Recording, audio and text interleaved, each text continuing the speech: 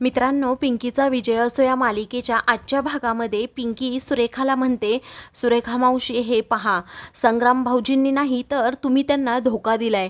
अहो 25 वर्ष तुम्ही कोमामध्ये होतात आणि त्यांनी तुमची अगदी मनोभावे सेवा केली आहे, कोणतीही तक्रार न करता. आणि त्यांना आज जे यश मिळालं आहे ना, ते फक्त त्यांच्या हिमतीवर. तुमची त्यांनी काडीचीही मदत घेतली नाही की बापूसाहेबांची सुद्धा. त्यामुळे त्यांना बोलण्याचा तुम्हाला अधिकार नाही. जे काही कमवलंय त्यांनी स्वतःच्या बळावर. त्यावेळी सुरेखा आता गप्प बसते. मग आता संग्राम म्हणतो, हे बघ, तू 25 वर्ष मला अंधारात ठेवलंस आई.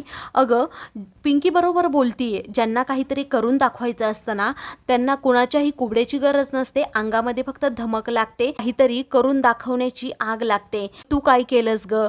तू माझ्या बापापासून मला 25 वर्ष लांब ठेवलंस, माझ्या बापाची ओळख माझ्यापासून लपवलीस. मला तुझं तोंडसुद्धा बघायचं नाही, तू निघून जा इथून, तुझा आणि माझा काहीही संबंध नाही, असं म्हणून संग्राम त्याचा निर्णय सांगतो.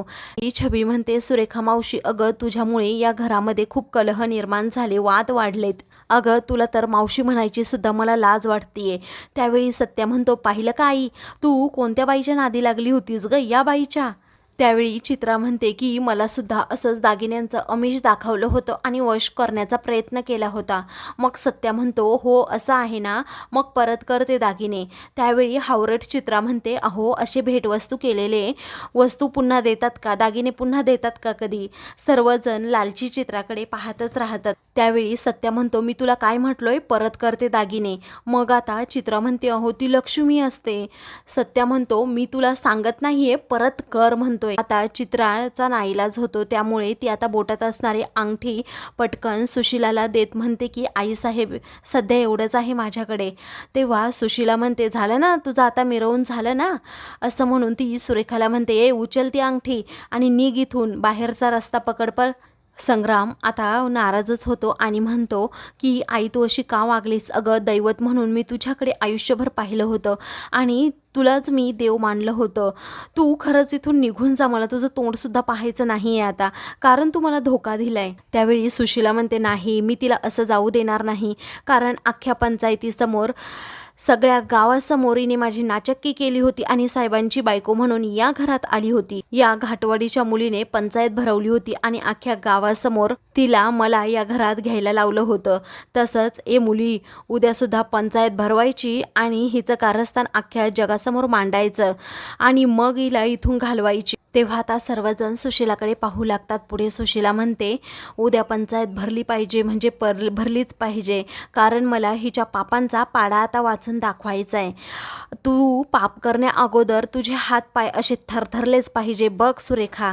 मग आता सुरेखाला खूप मोठा धक्का बसतो. ती आता म्हणते की नाही तायडे, प्लीज मला माफ कर, मी चुकले, पण असं करू नकोस ग, पंचायत भरवू नकोस ग, कारण मला सर्वजण काय म्हणतील. तेव्हा सुशिला ऐकायलाच तयार नसते. आता ती सुरेखा पार तिच्या हातापाया पडते, तरीही सुशिला आता हट्टच करून राहते.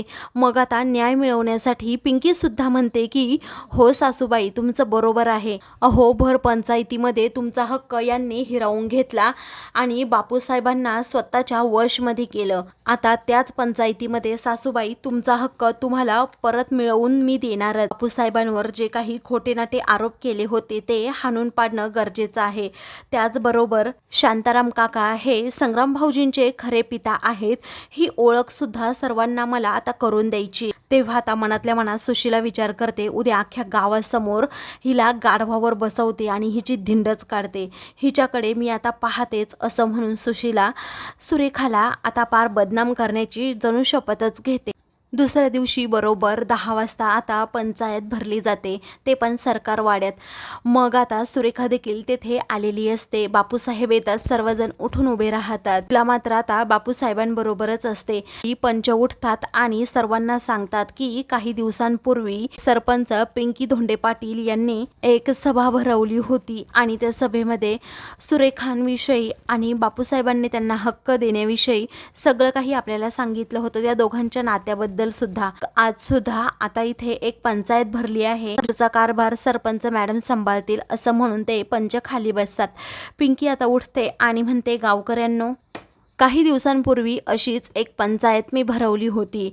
एक आडगावची सरपंच म्हणून मी एक निर्णय जाहीर केला होता. त्यावेळी संग्राम भाऊजी यांनी बनावट रिपोर्ट सादर करून गजराज धोंडे पाटील हे त्यांचे वडील आहेत हा DNA रिपोर्ट सादर केला होता. आता ते रिपोर्ट सुद्धा ती सर्वांना दाखवते. सगळीकडे आता एकच चर्चा सुरू होते. पिंकी सर्वांना शांत करते आणि म्हणते त्या रिपोर्टवरून गजराज धोंडे पाटील यांनी सुरेखा देवींचा पत्नी म्हणून स्वीकार सुद्धा केला होता आणि असा निकाल मी पंचांच्या संमतीने सुद्धा जाहीर केला होता. परंतु आता समोर जे काही पुरावे आले आहेत त्यावरून असं सिद्ध होतं की गजराज धोंडे पाटील हे संग्राम धोंडे पाटलांचे वडील नाहीत.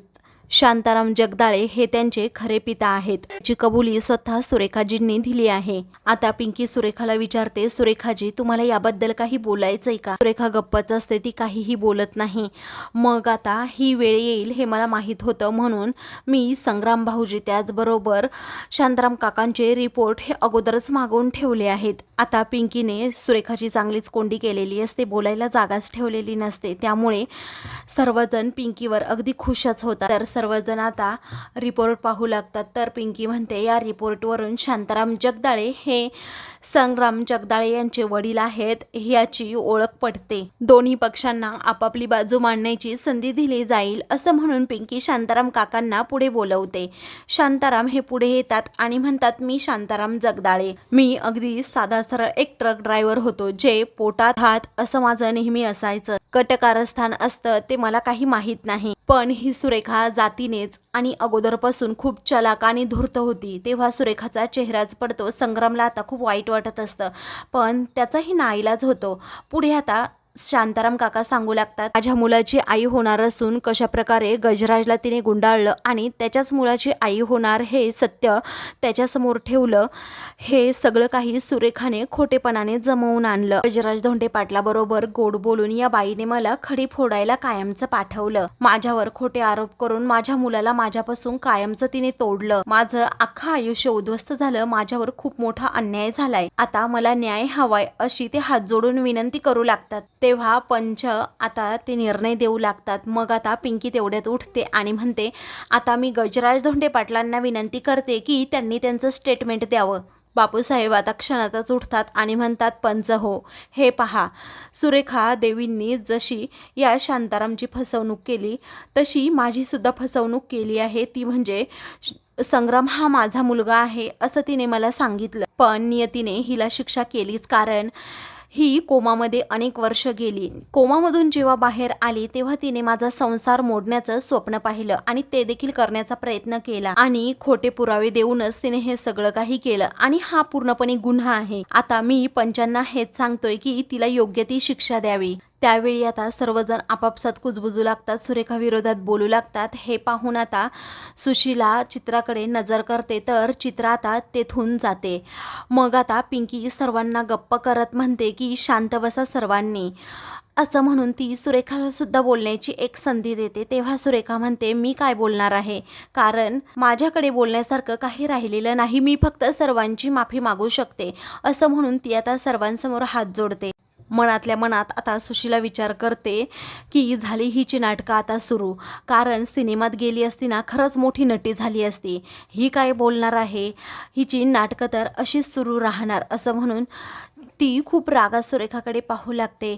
मग आता शांताराम बाबूसाहेब आणि संग्रामची त्याचबरोबर तायडीची मी विशेष करून माफी मागते असं आता सुरेखा म्हणते. सुरेखा आता रडण्याचं नाटक करत म्हणते एवढी वर्ष मी पालोपाचोळ्यासारखी तेथे त्या कोमामध्ये पडून होते. माझ्या संग्रामची मी व्यवस्थित काळजी घेऊ शकले नाही.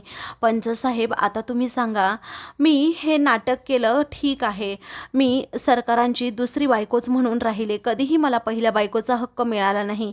यात माझी काही चूक आहे का मला सांगा. मी जे केलं ते चुकीचं आहे का. माझ्या संग्रामसाठीच मी हे केलं. तेव्हा पंच देखील आता सुरेखाची बाजू ऐकून घेतात. मग आता पिंकी म्हणते की ही बाई बाजी पलटवते की काय असाच प्रश्न तिच्या मनात येतो. मग आता लगेच सुशीला उठते आणि मग बाईच्या गोडगोड बोलण्याला अजिबात तुम्ही भूलू नका. एक नंबरची पाताळयंत्री ही बाई आहे. उगीच लोकांची सहानुभूती मिळवायची म्हणून हे आसवं गाळत ती असं बोलतीये. सुरेखा आता सुशीलाला म्हणते तायडे तू तरी मला या घराबाहेर काढू नको ग.